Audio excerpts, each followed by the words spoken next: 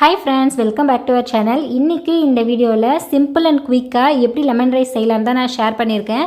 Lunch பாக்ஸ்ன்னு எடுத்துக்கிட்டாலே most common recipe பார்த்திங்கன்னா இந்த லெமன் ரைஸ். எப்படி செய்யலான்னு பார்க்கலாம் வாங்க. நான் சொல்கிற மெத்தடில் செய்யுங்க, ரொம்ப டேஸ்ட்டாக இருக்கும். ஃபர்ஸ்ட் ஒரு கடாயை ஹீட் பண்ணிவிட்டு ஒரு 2-3 ஸ்பூன் எண்ணெய் சேர்த்துக்கலாம்.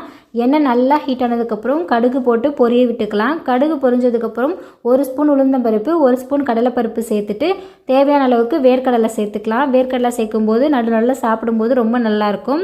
இதெல்லாம் ஓரளவுக்கு பொரிஞ்சதுக்கப்புறம் 3 காஞ்ச மிளகாய், 3 பச்சை மிளகாய் பிச்சு சேர்த்துக்கிட்டேன்.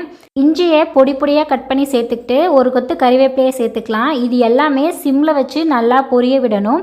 அதுக்கப்புறம் ஒரு பிஞ்ச் மஞ்சள் தூள் சேர்த்துக்கலாம். இது கலருக்காக. அதோட பச்சை வாசனை போனதுக்கப்புறம் 1/4 ஸ்பூன் சால்ட் சேர்த்துக்கலாம். இது இந்த லெமன் சாருக்கு மட்டும்தான்.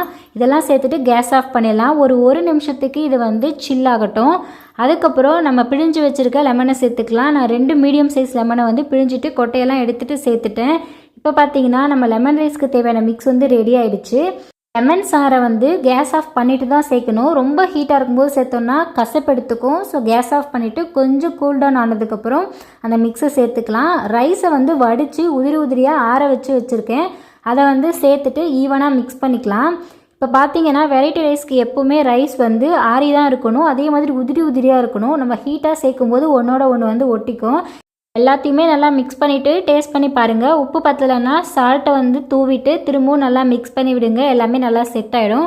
கொஞ்சம் நேரம் ஊற வச்சதுக்கப்புறம் சர்வ் பண்ணுங்கள். உண்மையாகவே ரொம்ப டேஸ்ட்டாக இருக்கும். நீங்களும் ட்ரை பண்ணி பாருங்கள். எப்படி இருந்தது கமெண்ட் செக்ஷனில் சொல்லுங்கள். Please subscribe. தேங்க்ஸ் ஃபார் வாட்சிங்.